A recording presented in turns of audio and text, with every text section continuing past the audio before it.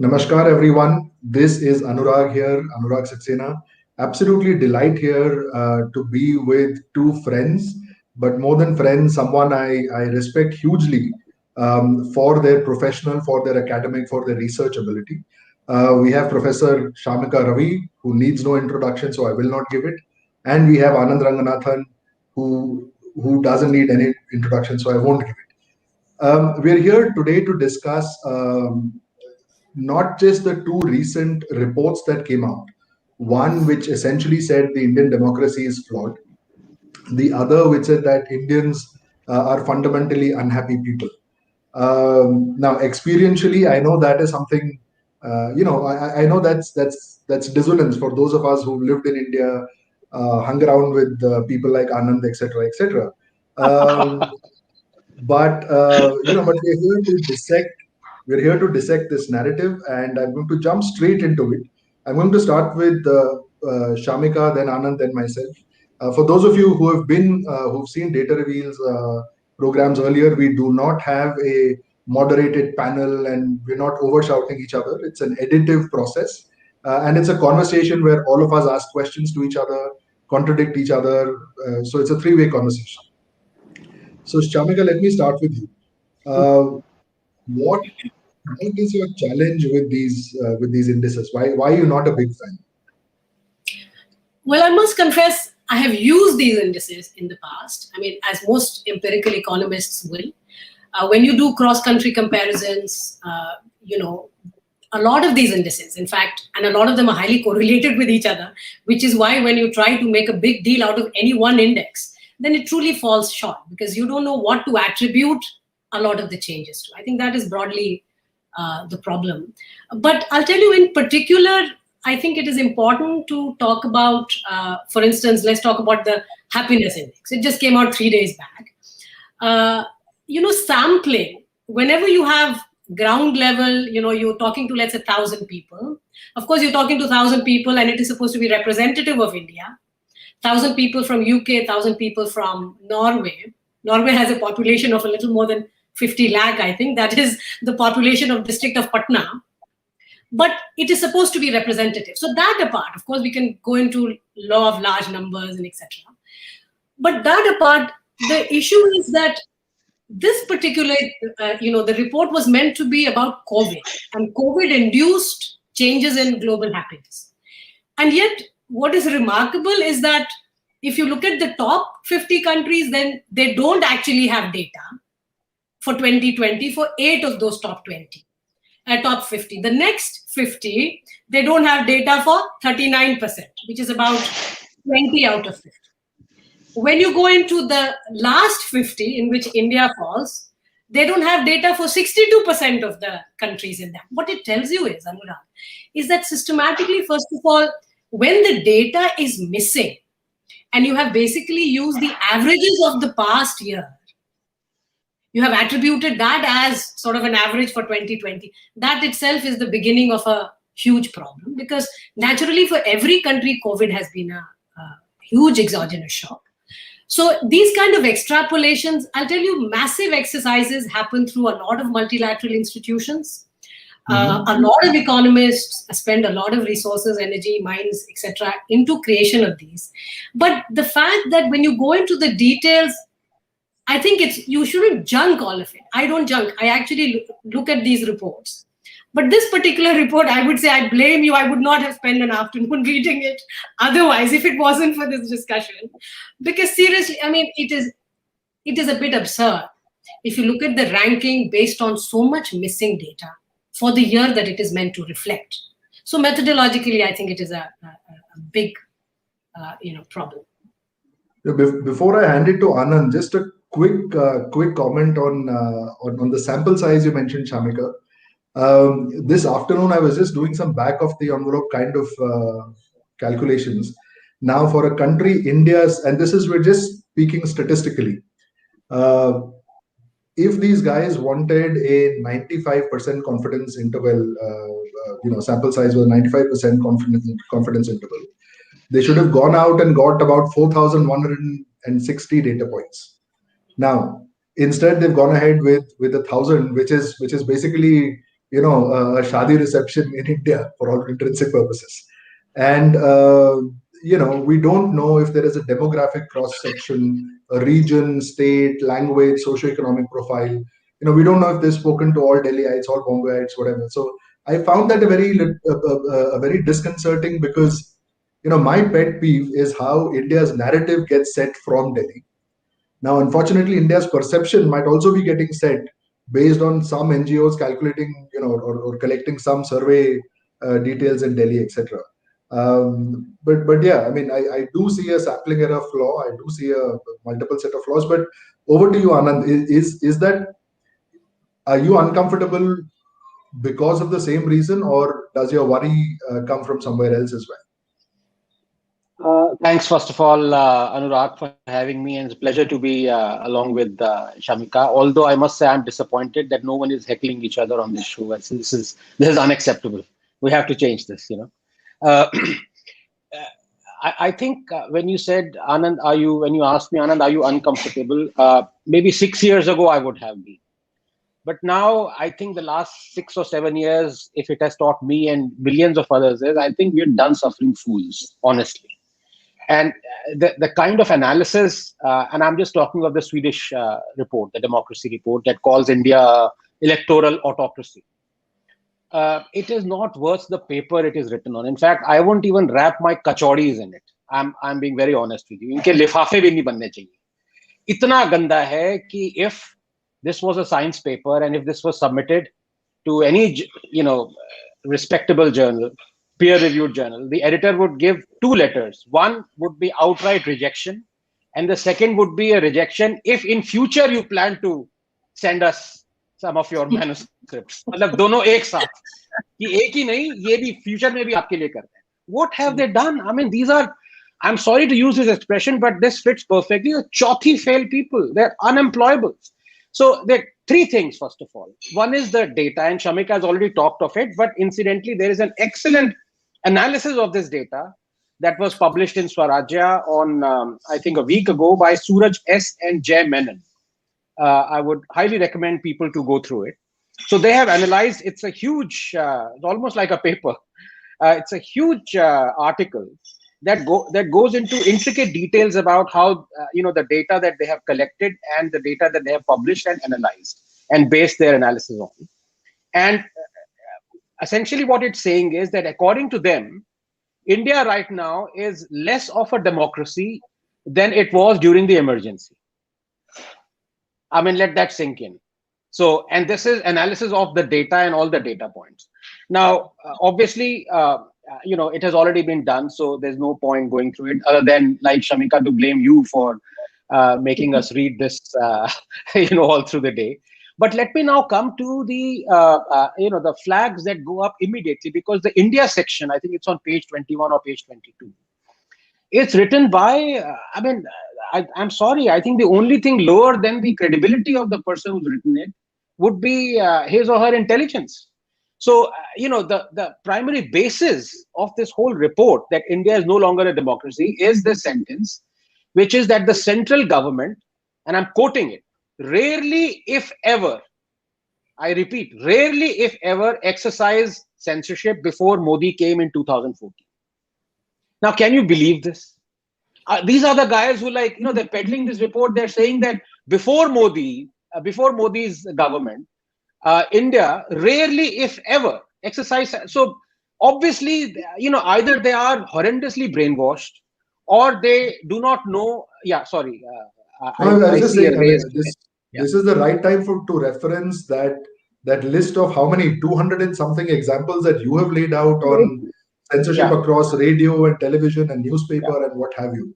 It's fascinating that someone can make a claim as absurd. But sorry, I interrupted you. Yeah, but you see, the point is, and I think this is a lesson that one has to learn from the left, which is that they do it all the time because they don't have any other work to do. But the fact is, you have to take some time out and catalog these instances, and then throw these instances at their faces, because believe me, before I started cataloging them, even I knew the usual 10 odd or 12 odd instances. Emergency was one, Kissa Kursi ka banning was another, Sanjay Gandhi, all those things. But there are 280. And when you sorry,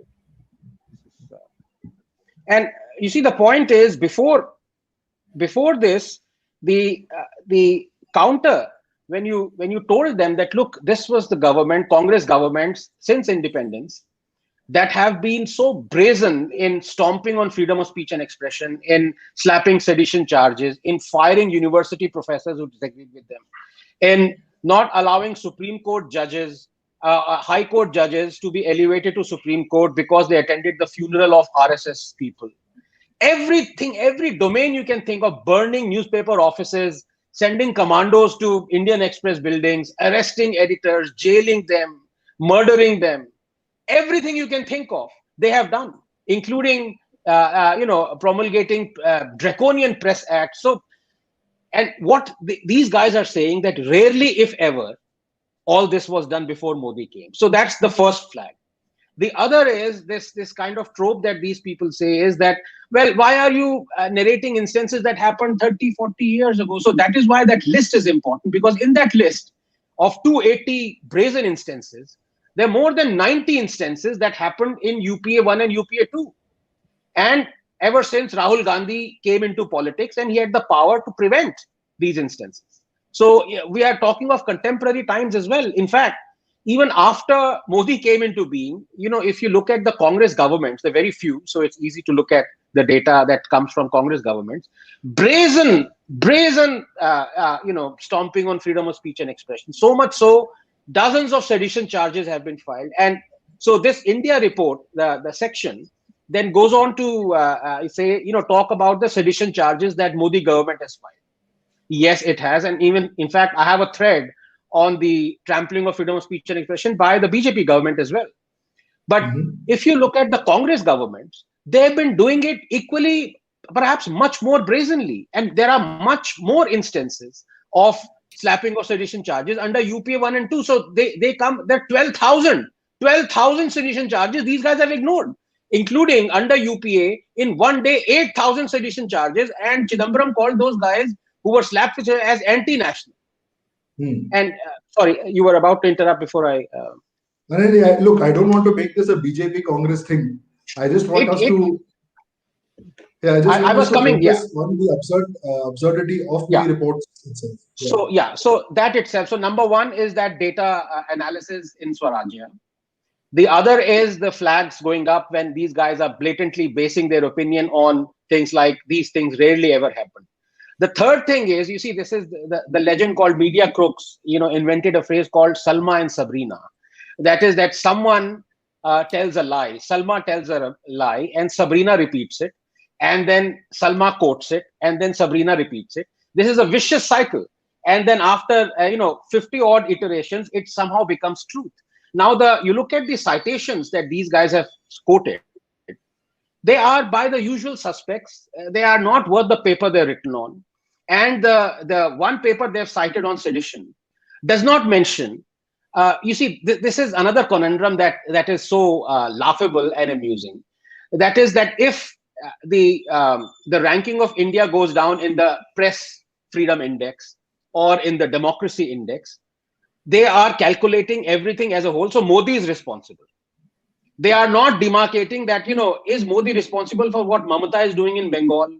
Is Modi responsible for the blatant suppression of freedom of speech and expression in Maharashtra or in Congress? Tab unko wo dhyan nahi aata hai. Un sabke liye bhi Modi responsible hai.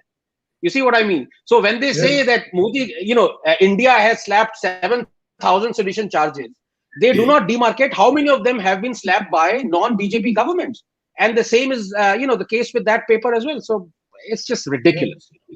Yeah, so I'll tell you, in that paper, while we're talking of ridiculousness, so I'm assuming you're talking about the citations and references at the bottom of pages 20, 21, and 22. It was fascinating for me to read that because they're actually going out there and saying that we have taken the opinions of academicians and NGOs. I mean, that's their data set. And they're saying it's an opinion.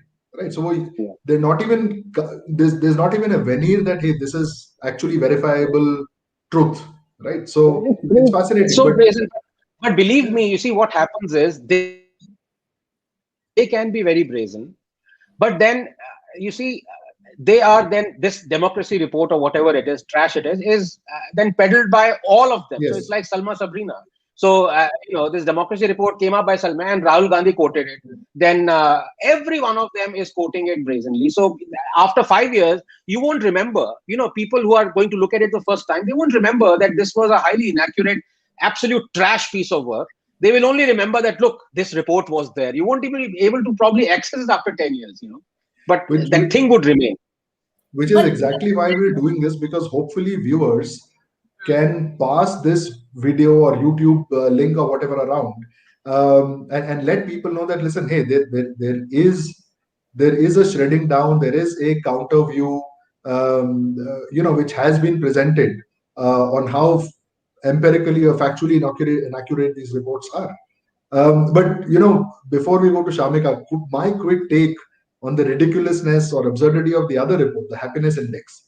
The one thing that stood out to me in that, and Shamika, after this, I'm going to put the same question to you. What did you find the most absurd as as a left-brained, scientifically oriented person?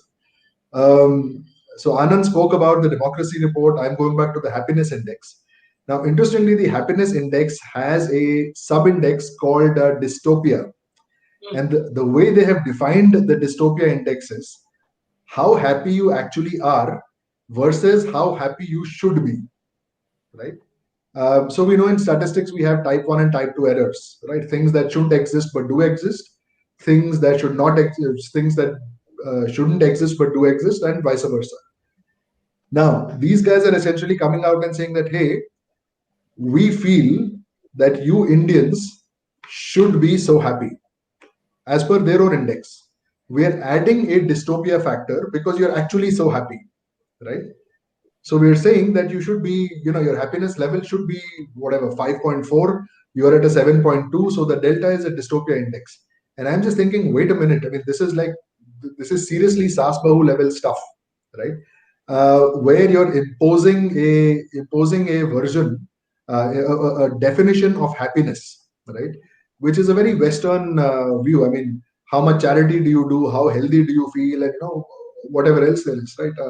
It reminds me of all these cost of living indices where they would price using the cost of a burger, right? And Yeah. I'm thinking here, I don't even eat a burger in India, right? I mean, why would you not take the price of Mysore Park in New Zealand or Holland or wherever it is? Why does it have to be a burger? If you want it to be logical, say, okay, what's the price? What's the median price of 2,000 calories of food per day? That's a good conversation to have. What is price of burger, price of car, driver, whether you give charity or not, how much of gratitude you feel? These are really subjective. I mean, there are strong cultural contexts.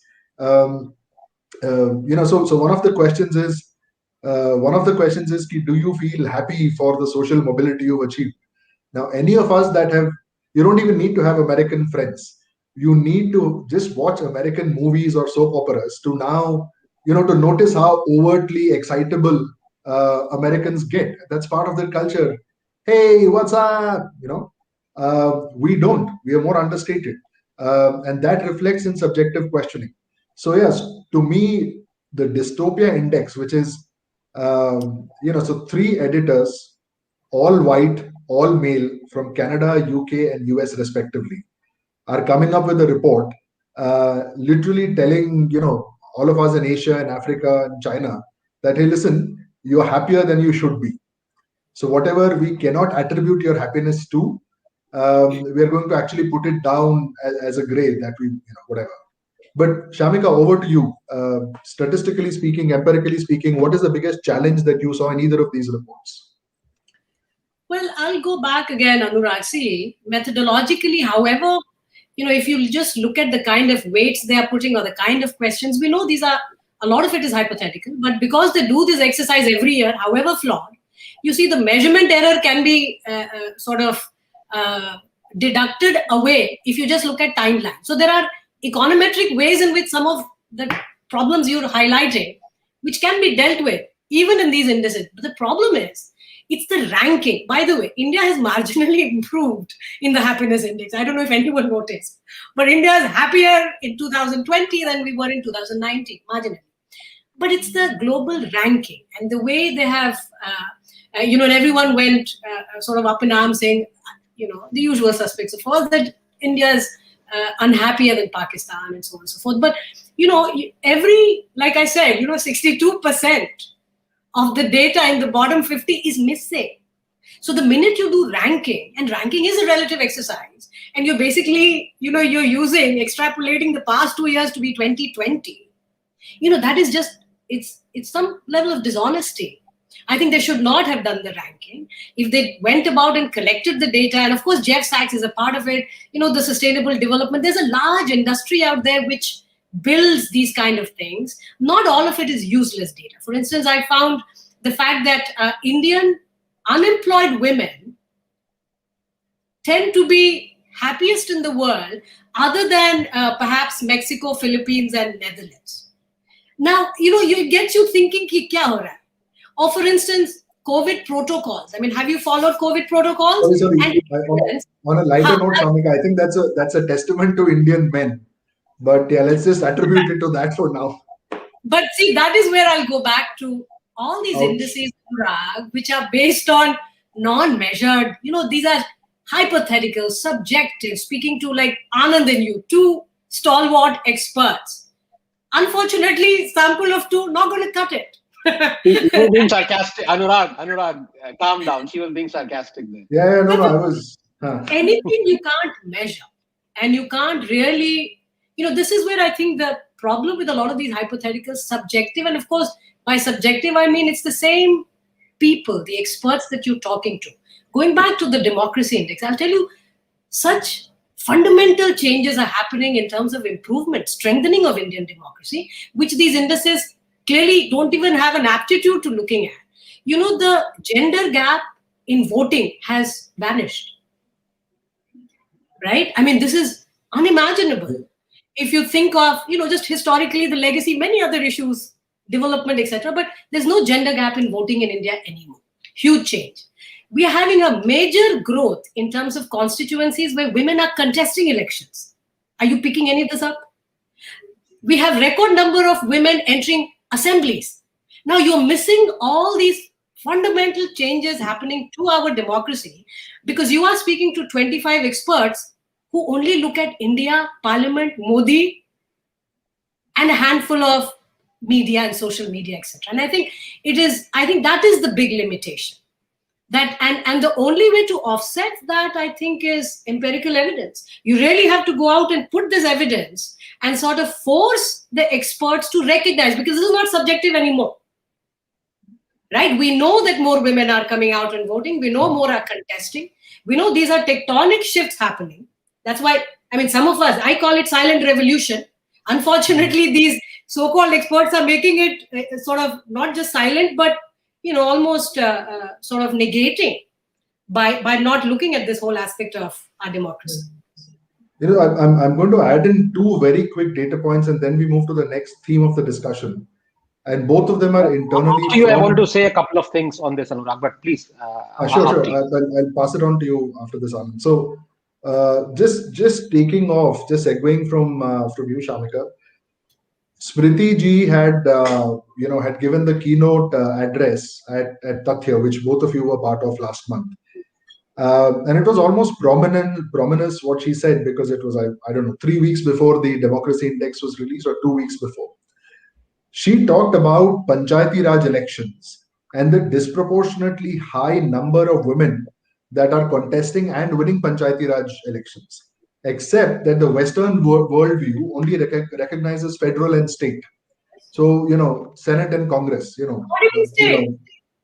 Yeah, absolutely. And she was like, listen, why should we be even participating or accepting these kind of processes, which actually miss the core Tana Bana of India, which is, semi-rural areas, villages, etc., and that's where the silent revolution is happening.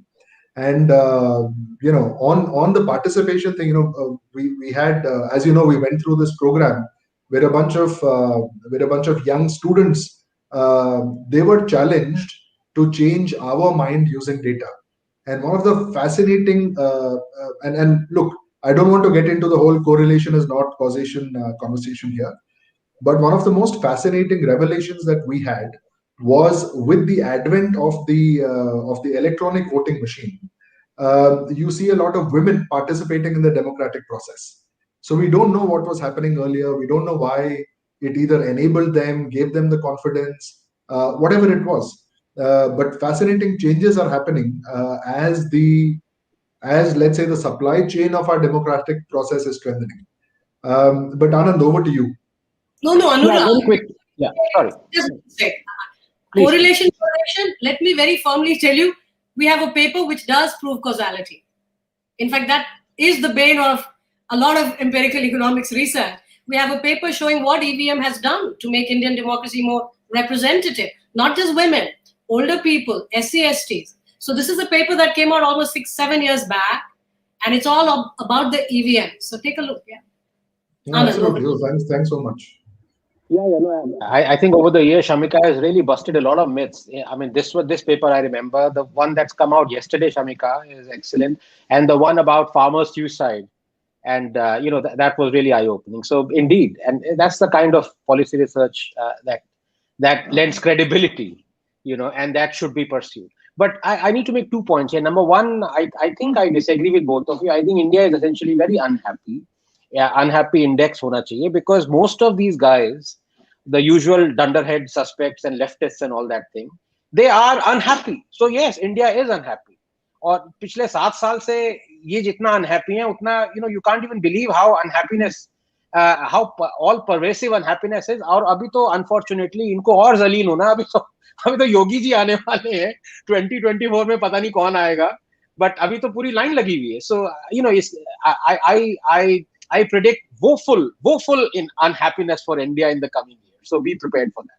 But as far as the democracy thing is concerned, Anurag, very quickly 2 points. You see, there's, as Shamika rightly put it, there is, how do you assess democracy? One is by, you can say, founding principles of the Constitution. That is, there are segments of, that include free speech and your human rights and all that go into democracy. And the other is institutional democracy. Now, in institutional democracy, Shamika has already illustrated that India is a very robust institutional democracy, and it is increasing at a, frankly, very rapid pace. But when you thwart that using such shoddy analysis, and you do not include the fact that in West Bengal Panchayati elections in 2018, 20,000 Panchayati seats went unelected.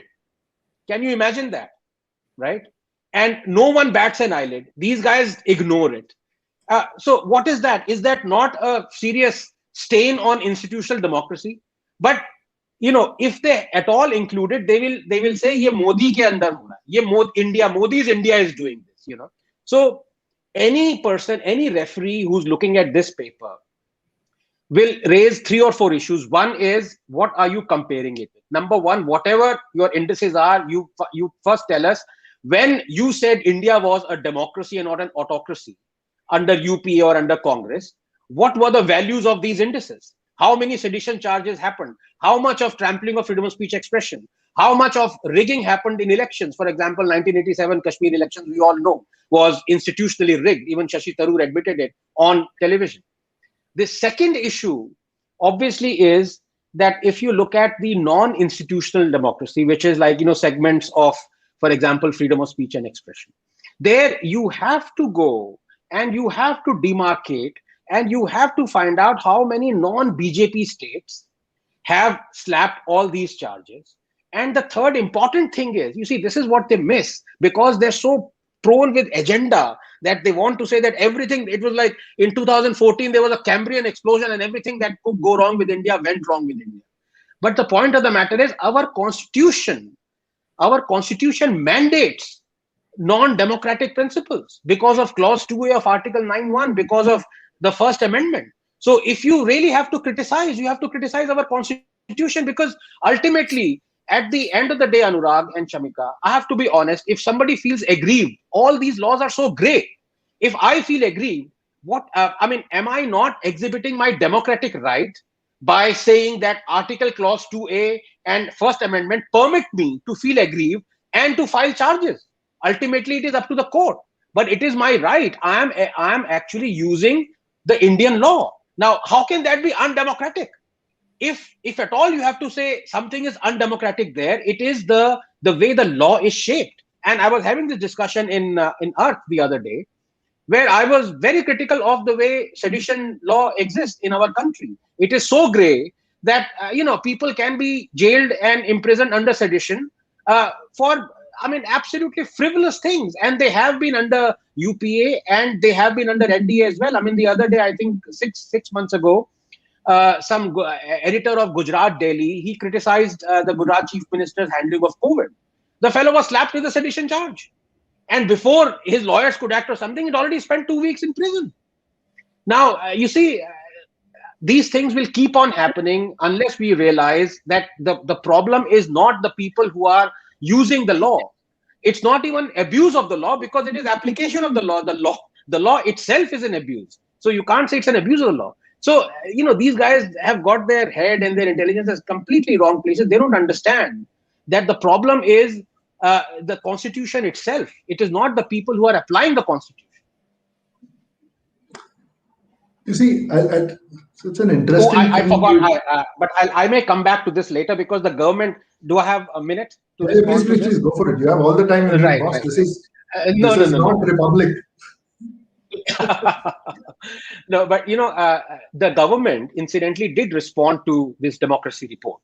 Dr. Jaishankar did. His clip went viral and everyone was going gaga over it. I must admit, I was not very impressed for two reasons. One, his was a very snooty response, very dismissive response. And when you are a person of that stature, you talk about data, you talk about you find faults, you find loopholes in the way that report has been written. You don't just dismiss things, because they come back. You see, anybody can say, oh, we don't care about this. Who are these Westerners trying to teach us something? Well, if you find faults in what they've written, right, then you can attack them. But you can't just be snooty and say. And then I found out the reason why, he had to say what he had to say. Because if you go by data, then India is as democratic as it was under the UPA or even before that. But India is as autocratic and as trampling on freedom of speech and expression as the other governments were. Now, he, as a sitting minister, he cannot say that, because my growing list of trampling on freedom of speech and expression is the BJP list as well, that has 70 odd instances of brazen application, wrong application, abuse of the law, arresting people left, right, and center. Now, he can't say that.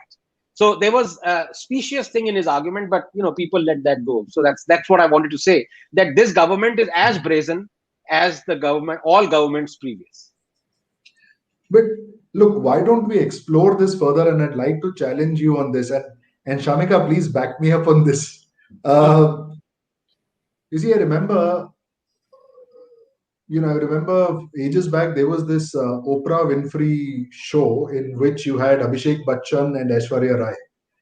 Now, Oprah asks Aishwarya Rai, really astounded, hey, I believe in India, you guys live with your in-laws and you're living with your father-in-law and mother-in-law. Isn't it suffocating? And these guys reply back and say, hey, I heard you live alone. Isn't that lonely? Right? And I think that kind of sets the context for my question, which is, because social norms, because operational definitions of happiness, democracy, freedom, joy, prosperity are just so different. I was having this conversation with somebody who's in the impact investment industry around whether India does charity or not. And there's a charity index which shows Indians as non-charitable. And India was one of the earliest countries where you have a Tata Nagar and where you have a Modi Nagar and dharamshalas and temples and hospitals and townships and schools were built by businessmen. And apparently a charity index says we're not charitable enough. जो pansari का दुकान होता है, grocery, they put out a cup of water for crows during summer. That's their way of ensuring they give back to whatever living being they can afford to give back to. Right? So, should we not say that perhaps there was some sense in the foreign minister's view that why should we even bother what forced lenses we are being viewed with when we know they don't apply to us or they're not applicable to our context. See, when you talk of happiness index, I do agree with you because it is subjective. Who is happy, who isn't. And in fact, there's this wonderful movie. In fact, I think isn't one of the founders of America, his wonderful phrase called pursuit of happiness. So you're always in pursuit of it. You never achieve it because you really don't know. So yes, that is very subjective. You can come, I mean, you can be very intelligent about guessing happiness. And I think, Bhutan had that happiness G, whatever it is called. Is it Gini coefficient? I can't remember. Right. So you can actually you can approach this happiness index intelligently, but ultimately it is subjective. But as far as democracy is concerned, I dare say it is much more stringent. I mean, your parameters can be much more effective. You can tackle that. You can answer whether a country is democratic or not based on much less subjective principles. So I think when I'm talking about Jay Shankar, I'm talking of the democracy thing, not the happiness thing. Okay. Anurag, Samita, do you think we should get... Sorry. No, we should never dismiss. I actually agree with Anand. You see, dismissing is also intellectually sort of, abdicating that, that responsibility. And that responsibility does unfortunately sit on the shoulders of public intellectuals, leaders. So that's why I think that there is enough to criticize and not take it seriously. But I think it's important to understand why it should not be taken seriously. Now, Anurag, when you say that, that the Aishwarya Rai, Oprah Winfrey example you gave, and I'm assuming it was Aishwarya Rai who gave that smart answer. Let's hope so. Well, yeah. But, contexts are different, but a lot of these indices, you see, because over time, if you maintain a bad methodology, the point is, over time, you hope that the time trend will capture that bad methodology. So any change you see over time, one is assuming that it sort of gets incorporated. Or for instance, when you say, I don't eat burger, I eat an idli, that is the whole concept of PPP and what the consumer basket should be. You consume something very different from, let's say, what somebody in New Zealand might, and so on. So there are ways in which this can be made a little more kosher. It should not be a voodoo science. And that's why I'm saying that, these indices, I don't dismiss them at all. I do tend to use them. But I do know that I will not use them the way it is being used. For instance, if Indians are saying that they have adhered to the COVID protocols and they believe others in their neighborhood have done, and they have, the responses are quite, encouraging, because obviously they are reporting much higher than most of Europe. And from the anecdotal evidence, I think, it might be right. But at the same time, will I now, start ranking countries, especially when I don't have data? I think that is, and I do think I take the democracy index very seriously as well. In fact, I have a paper last year when I started looking at the type of COVID data that was coming out from different countries. You see, everyone is interested in comparing mortality rate per million, etc. And we started very early on. But it's important to note that China never put out the data. So, and of course, now we are having a debate around, UK strain, South Africa strain, Brazil strain, but we shy away because of political correctness in calling it the Wuhan virus, which we did, by the way, in 2019, December. At that point, we were saying that, look, in Wuhan, China, so on and so forth. But over time, the narrative which gets built is not something that happens by chance. And this is what takes us back to the whole idea of why should we be even spending time talking about these indices? Because I think in the age of misinformation, and right now we must accept that wholeheartedly, look, we are in an age when there is so much noise that to cut through this clutter, to say that there is so much misinformation, I think investment into narrative building must happen. And there is no other way other than research. You see, bad research has to be called out. You should not dismiss it, right? Absolutely. And the democracy index, the reason I mentioned the COVID example is that we systematically found that authoritarian regimes had much lower death. And that's because they're not giving you the data. right? So if you start looking at the noise, and by the way, econometrically now we have methods. We have the empirical means to find out when data is getting manipulated. You see, that is the level of rigor that the discipline possesses. The fact that we reduce our public discourses to this kind of nonsensical exercises rather than talk about the deeper issues. And in the democracy, I'll go back to saying, look, the country is becoming, this democracy is strengthening on so many different aspects. And it is not just use of technology. It was also a lot of changes that happened right from T.N. Sheshan. The fact that you have policing out of state, and now, of course, Bengal will have paramilitary and so on and so forth. It's gotten a lot safer, right? Perhaps our memory is very short. We forget how much violence there used to be during elections. How many polls were suspended or re-polling was ordered on account of violence, Anurag. When was the last time we heard that in the last 15, 20 years? So, these are the important things, not what 25 experts believe what Indian democracy, which way it is heading. So, sorry, can I come in? Yeah, please go ahead. Yeah, no, Shamika, you're absolutely right, and I dare say that Dr. Jaishankar should be watching Anurag's anchoring and shows much more regularly, because, for example, so it's been 30 minutes, and we have logically and rationally, using examples, totally demolished the democracy report. A, on the data that I gave you, the example of Swarajya piece. B, Shamika's analysis. C, when you base your whole India report on the fact that the previous governments before Modi were not censoring, rarely if ever they were censoring, everything collapses. But I think one thing, the thing about what Shamika said is very important, which is A, that you have to attack a false narrative, which is obviously one that is, if it is agenda driven. And B, you have to form your own narrative as well. And this is what has been, I think, systematically and overwhelmingly missing in this government. It is always reactive, you see. And when it reacts, by the time you react, 2-3 days are gone, a week is gone. And the news cycle is such that, even that news is gone.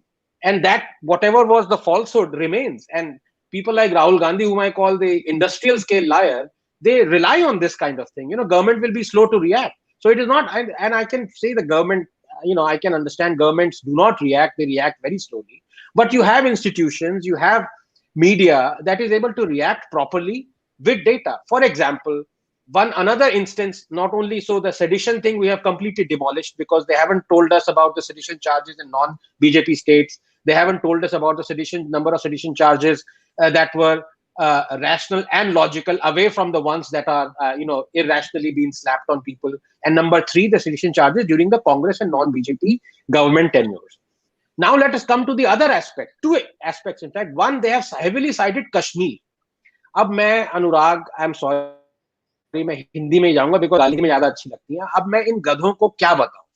They are citing Article 370 abrogation and 35A as having dealt a death blow to democracy. अरे कुछ तो शर्म कर लो. For 70 years, the human rights of Dalits, Valmikis, Sikhs, Gurkhas, refugees, women in Kashmir were being brutally trampled upon by Article 370. That they have completely ignored. The abrogation of Article 370 has actually given human rights and proper rights to these lakhs of millions of Dalits and refugees. So democracy would have increased, not decreased. Ye number 1. Number 2, they are talking about attacks, this usual trope, Darawa Musalman, attacks on Muslims, where they have, because you see, over the years, they have been so meticulous in being selectively highlighting only one sorts of, mob violences. You remember those hate trackers they used to have, and, Swati is a journalist in Swarajya. She has so meticulously demolished them time and time again. They keep coming back like, I say, Rakt Bij, every drop of their blood spawns more on the same. So earlier it was the HT hate tracker, then it was Amnesty hate tracker, then WAPO hate tracker, now some other hate tracker. They only highlight the mob attacks by Hindus, hate mob attacks on Muslims. I started cataloging the other side, not because I am interested in finding out what the Muslim mobs are doing, but as a response. And this is not whataboutery. This is what Ambedkar taught people. and I'll come to that if I have time. But the fact of the matter is, there are as many, if not more, hate crime Muslim mob attacks on Dalits, Hindus, and Dalits and non-Dalits than they are of Hindu mobs on Muslims. But wo koi janta nahi. Everyone knows who Akhlaq is. Nobody knows who Benu is. Nobody knows who Bharat Yadav is, who was lynched to death by he was being called a kafir. Nobody knows all these instances. And then you have to worry and ask, why don't they know of these instances, right?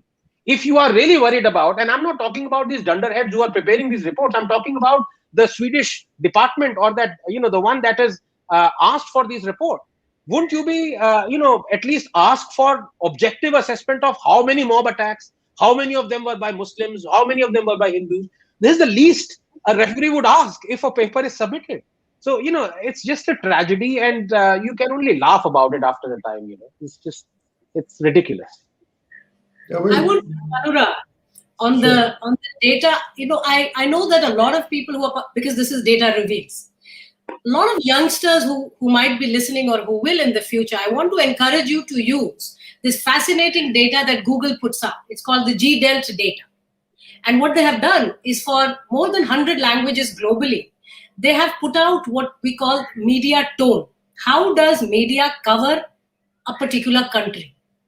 Now, this is what is most fascinating if you look at the G-Delt data, that despite Corona, despite trade wars, China has consistently got positive media coverage, while India continues to get negative, significantly negative media coverage throughout. A lot of democracies, Sweden, Germany as well, they fall in the negative. So there is naturally a democracy cost. But I think this is also important when you look at indices or reports that overwhelmingly put weightage on news articles.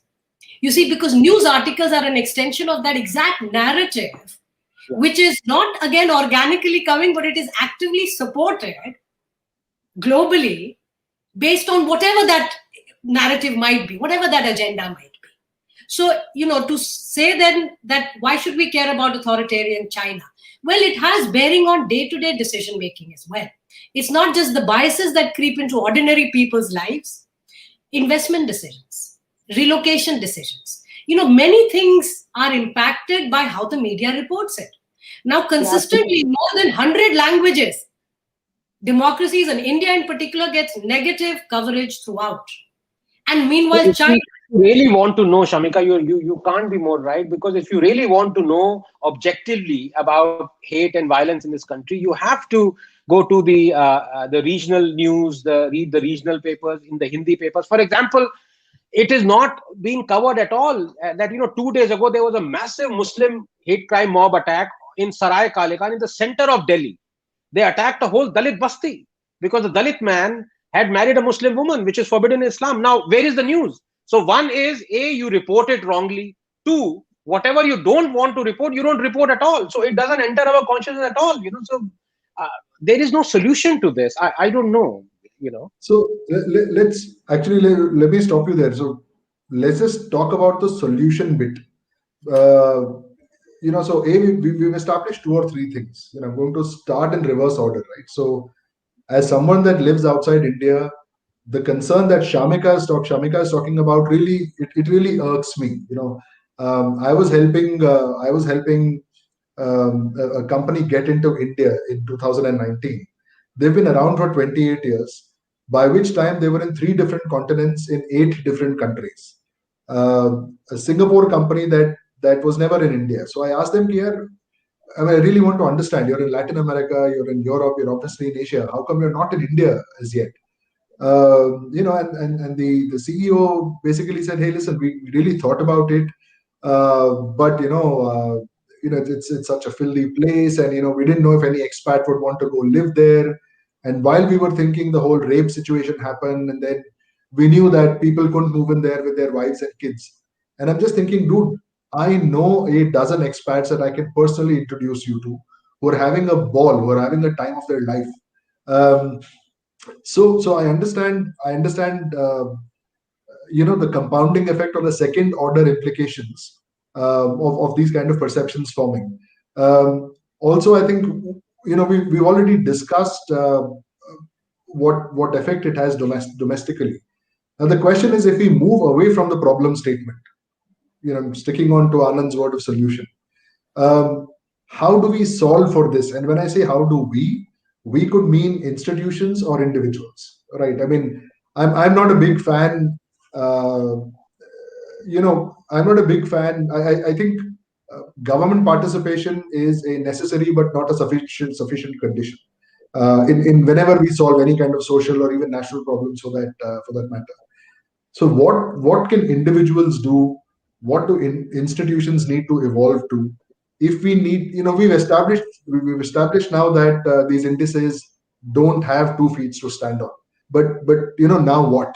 Whoever wants to go first. Very, very simple. I think the solution is in one sentence. Think like a scientist. And I don't mean think like, scientists who are doing science. I include both of you here because according to me, science is philosophy. There is something higher than science. It's the thought that counts. You have to think like, you need not be doing science. If you think like a science, and that is why I keep on saying this, Anurag, that there ought to be more science in journalism in science, but there ought to be more science in journalism as well. And the reason for that is that if that is how you submit a paper and the referee immediately asks you 3 or 4 things. In fact, they are embedded in the paper itself.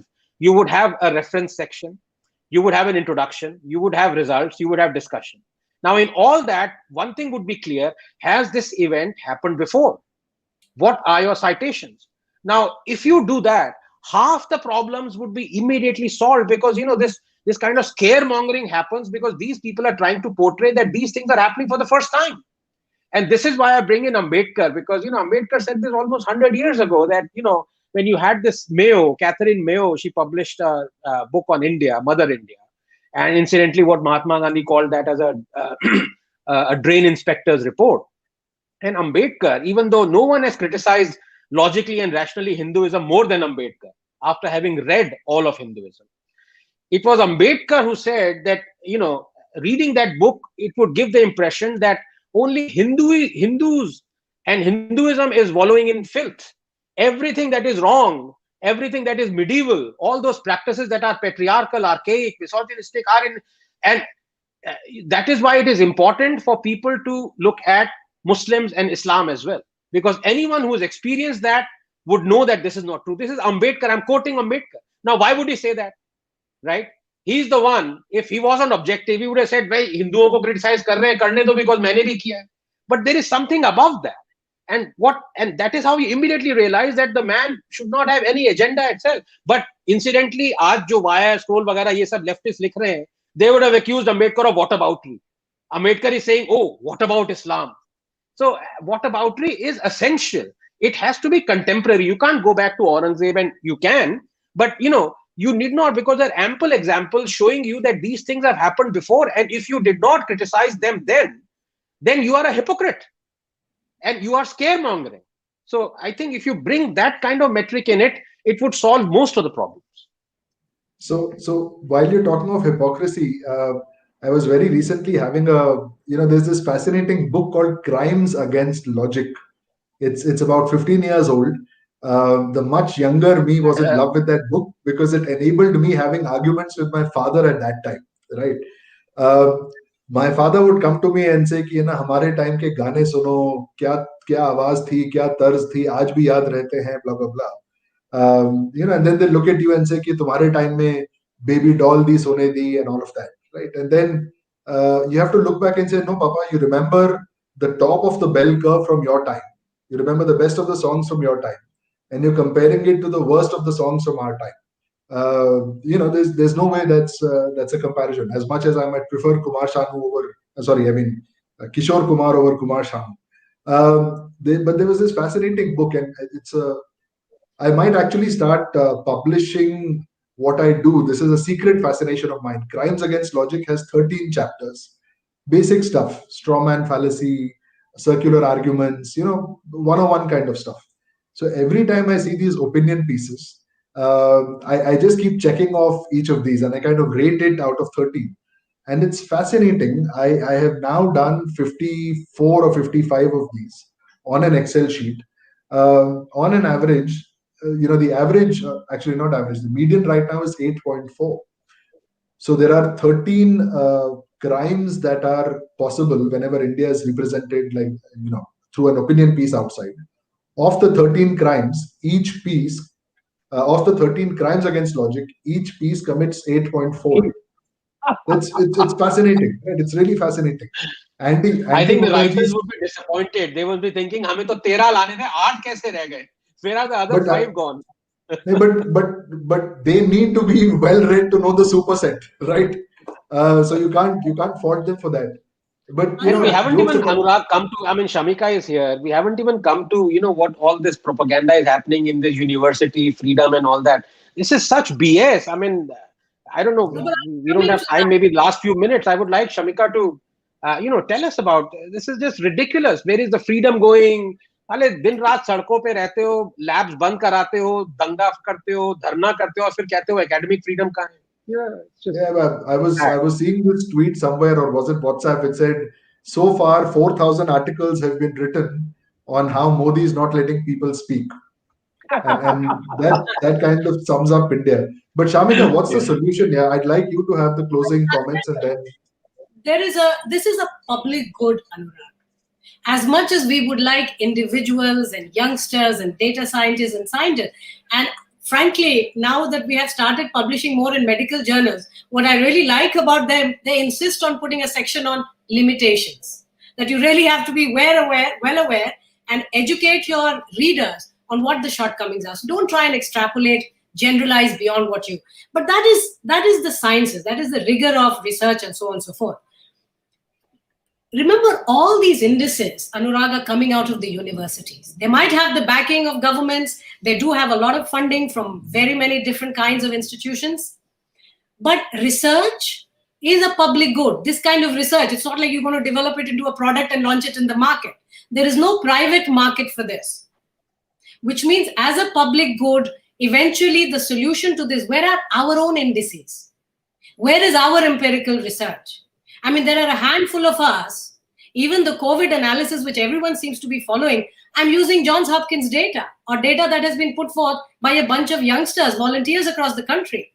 So where are our public institutions? Where is the data? Where is the analysis? Right? That is where universities matter.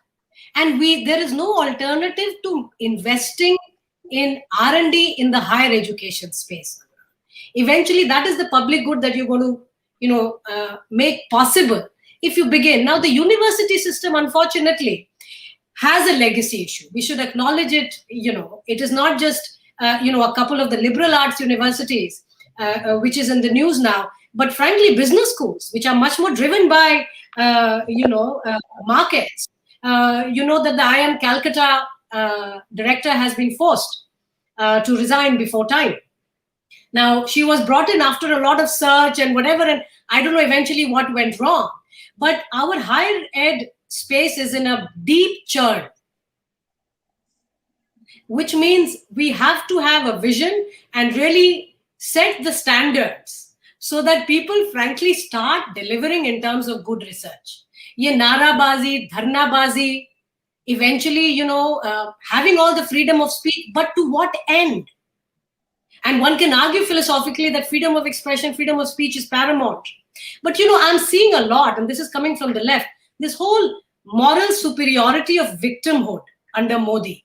That, we're all victims, and therefore there is a certain superiority to their suffering. And frankly, I have very little patience for that, because there is no substitute to research. If you're not producing research, and op-eds and tweets are not research, it is just communication. It's just communication. Just the way we are talking, we put out tweets, you write an op-ed. That is not research. And I think unless universities, and that's why I put the onus on the government, but also on private institutions, that look, folks, we cannot be a coaching center. And as far as, government institutions. Sorry to interrupt, Shamika, but politics. I mean, it has to be research. Anand. Yeah, no, but sorry. So it took me 1 hour and 2 minutes to interrupt. Great, at least I did it. But when you talk of, let's say, liberal arts universities, I mean, of course, I have always supported that scientists should be interacting with people from the arts, and science should be taught alongside humanities.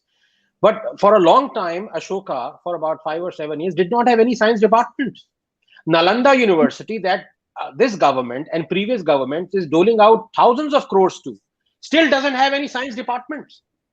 So, ye rigor, scientific rigor, even in humanities, of course, you call it political science or whatever, that rigor there has to be a fusion of various subjects. And you would find over time that if you exclude science from a university, I'm afraid, that road is paved with, I don't know, I don't have, an apt expression to use here, but it must not be done. Yeah, especially if the training is to open minds. This is the future generation, which you're training towards critical thinking. No, I completely agree with you. Wonderful. This was a pleasure, guys. It's always fascinating sitting and chatting with you guys, learning from you. I do hope some of these recommendations are taken seriously. I absolutely agree with Anand here. To begin with, just to summarize, we do need to start providing factual counters. We do need to start, pushing out examples like the Basti incident from a couple of days back, which really bust the meme beam narrative, etc., etc. Lots more of that needs to be done by individuals, institutionally. Over what Shamika said, I genuinely do hope. You see, our government is involved in creating 101 things. The government's job is to govern. A business's job is to be in business, but our government somehow finds everything from mirchi to papad to clothes to insurance to everything. There are agencies and yojanas and prayojanas and vibhags and swabhavs and whatever it is. I do hope that there is some kind of an autonomous body whose only job is to keep churning out all sorts. The advantage of having 1.4 billion people in the nation is, imagine the kind of data you can create, both for there is a Ministry for Statistics and Program Implementation. It's like a Monty Python sketch.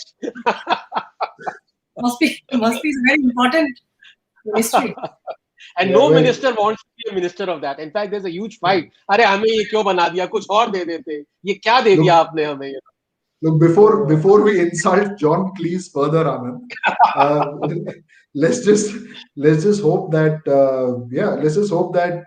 eventually there is one public Gangotri, so to speak, where we could establish facts about India, we could learn about India, we could go build products for India, we could think in terms of what curriculum, pedagogy, etc., our kids need. Hopefully we move more from an emotional right brain nation to a left brain one. Thanks again, everybody, and thanks to the audience for watching as well. Real pleasure. Thanks, Shamika. Thanks, Anurag. Good night. And Anand, we know you're going to have a great time after this. So good night. Yes.